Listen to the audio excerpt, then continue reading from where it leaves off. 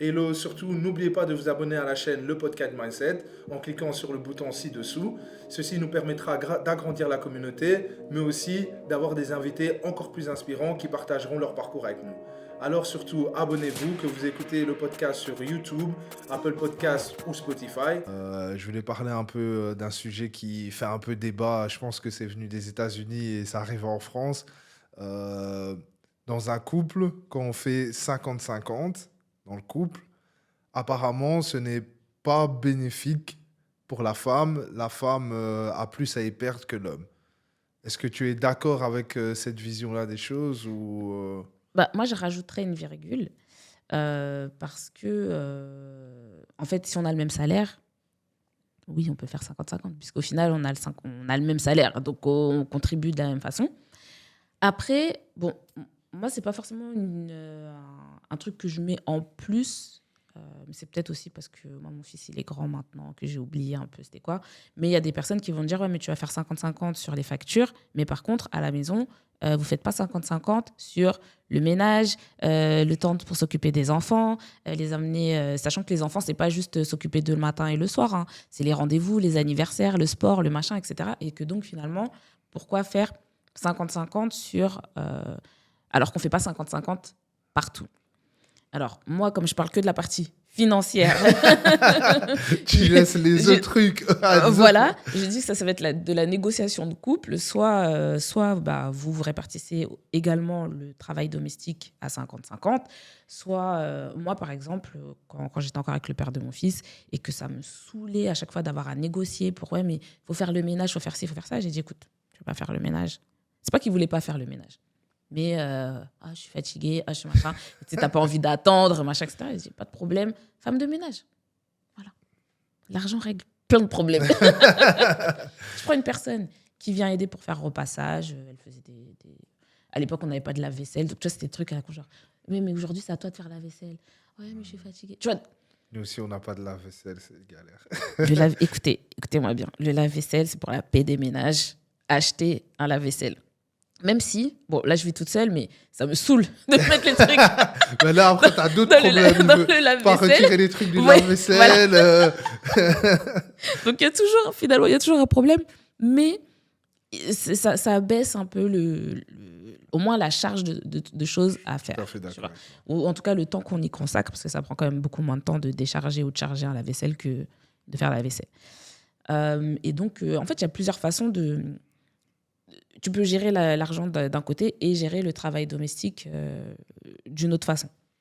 Et je comprends les femmes qui disent non, mais attends, je ne vais pas faire moitié-moitié sur les factures, même si je gagne le même salaire, alors que sur le travail domestique, c'est 10-90.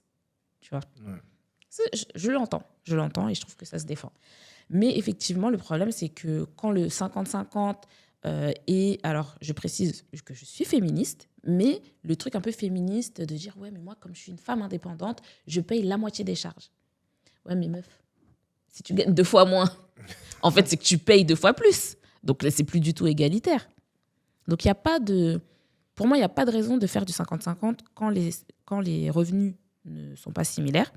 Et ensuite, l'autre point, c'est qu'éventuellement, il y a des personnes, on veut être propriétaire à 50-50.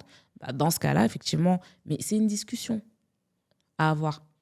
C'est pas un truc parce que souvent, dans les couples, ils utilisent le 50-50 pour ne pas parler d'argent.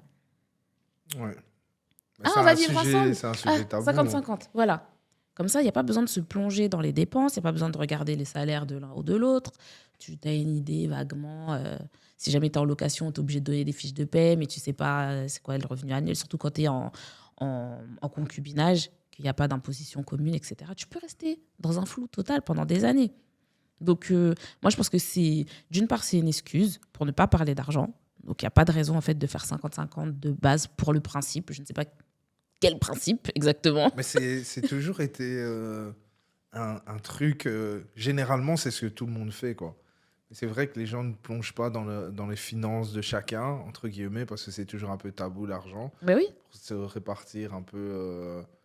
Tu sais, j'ai même.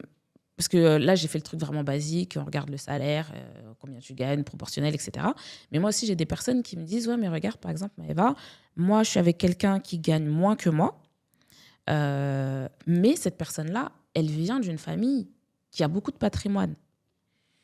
Et donc, en fait, finalement, quand toi, tu viens d'un milieu modeste, que ta famille n'a pas de patrimoine et que tu es la première personne à vraiment gagner bien sa vie, il y a plein de gens qui sont surtout dans les populations afro, par exemple.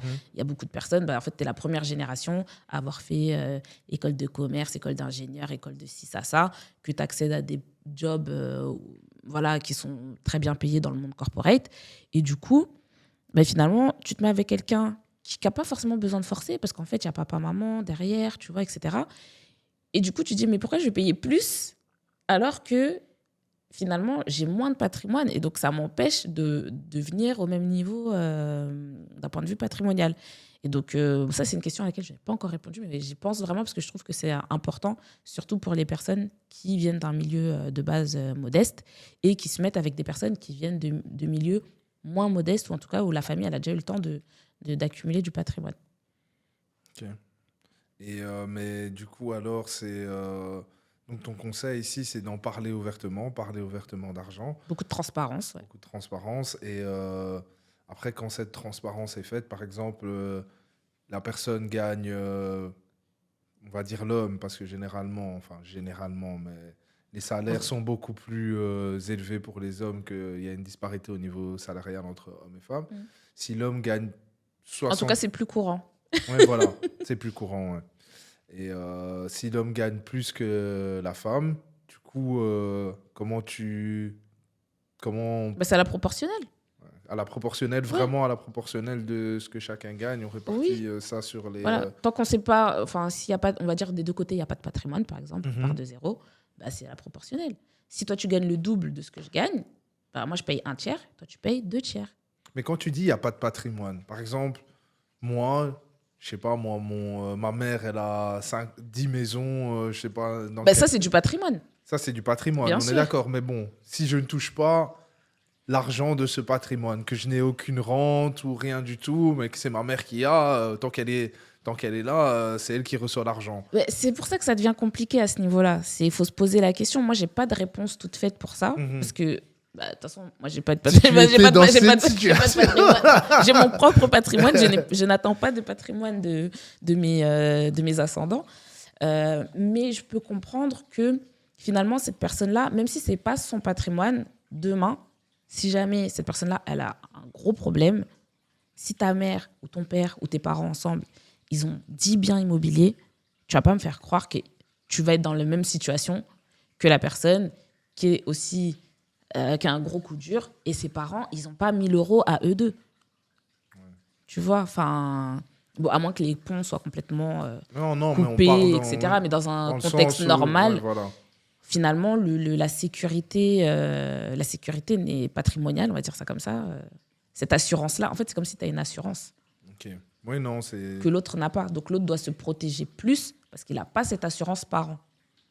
Et c'est que tu dis l'autre doit se protéger plus. Tu penses que même en étant en couple, c'est important, même si vous vivez ensemble, vous avez votre maison ensemble, etc., c'est important quand même de se protéger individuellement.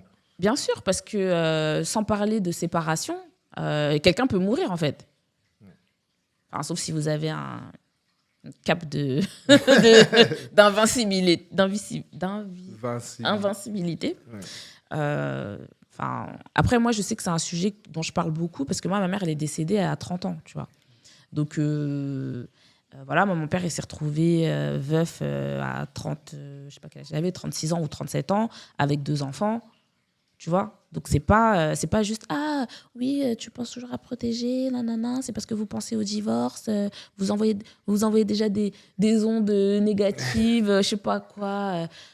Arrêtez, s'il vous plaît, parce que finalement, est-ce qu'il y a quelque chose qui prouve que les gens qui parlent d'argent et qui sont prévoyants, est-ce qu'on peut dire qu'ils ont un taux de divorce plus élevé que les personnes qui n'en parlent pas? Non, il n'y a rien qui prouve ça. Il n'y a rien qui prouve ça.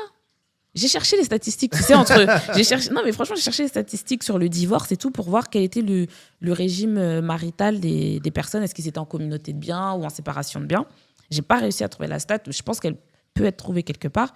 Mais si ça m'étonnerait pas qu'il n'y ait pas de différence parce qu'au final, les gens qui se marient en séparation de biens, c'est les personnes, ou c'est même pas qu'en séparation de biens, c'est tous les autres régimes autres que la communauté de biens. Parce que même la communauté universelle, il y a un contrat, puisqu'il faut dire qu'est-ce qu'on met dans la communauté universelle. On peut mettre des clauses d'exclusion, etc. Et donc, en fait, toutes ces personnes-là qui rédigent un contrat, finalement, elles sont obligées de se poser un moment et de discuter et de confronter, tu vois, leur point de vue. Alors que les personnes qui rentrent comme ça, genre... tu vois bon, là, j'ai fait un cœur avec mes doigts pour les personnes qui écoutent en audio. De façon naïve, la naïveté, ça ne protège pas ni de la mort, ni des disputes et des séparations. Ouais, effectivement. Donc, oui, franchement, parce que c'est vrai qu'on parle de se protéger, on pense toujours, oui, mais vous pensez à la séparation, etc., le contrôle, chacun un peu dans son coin. Mais c'est vrai que quand tu l'expliques comme ça, tu sais jamais ce qui peut arriver, de un. Et de deux, il faut avoir de l'argent de côté pour des temps durs. Et ça peut arriver. Donc, il faut parler d'argent. Après, si à la fin de ta discussion, tu te dis avec ton mari ou futur mari ou future femme, ben non, en fait, nous, par rapport à ce qu'on envisage pour notre futur, c'est la communauté des biens limitée aux acquis qui correspond le mieux à nos objectifs de vie. Pas de problème. Mais moi, c'est le côté genre, c'est le régime de base, je me marie comme ça. Tu vois. Mais donc, toi, j'avais noté la question, pour ou contre le contrat de mariage? Je suis pour à 100%. Pour à 100%? Oui. Ouais, mais après ce que tu viens d'expliquer, ça... Mais en fait, le truc, c'est, par exemple, tu vois, même en séparation de biens, par exemple, tu peux très bien mettre dans ton contrat que en cas de divorce, c'est madame qui récupère la résidence principale. Alors qu'en communauté de biens, tu lui donneras jamais plus que la moitié. Ouais. Donc finalement, qu'est-ce qui protège le plus? L'autre. C'est vrai.